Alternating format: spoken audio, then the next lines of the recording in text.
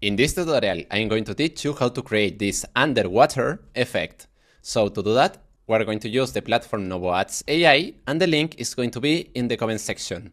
This is a platform where you will be able to try these AI models for just $1. So now let's go to the platform. Here, when you create the account, you need to go to the video section. Now we have to click in settings, and here in model, we're going to use the Omniflash model.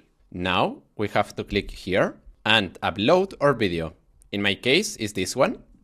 I've been looking for the perfect dress for months. That actually is an AI video, but you can use any video, even a real one. So now let's click here, and here where it says describe your video, I'm going to use the following prompt. This prompt is going to be in the comment section. So now we have to click here, and now click in generate. And now we have to wait more or less 4 to 5 minutes. Perfect, here we have the result, so now let's see it.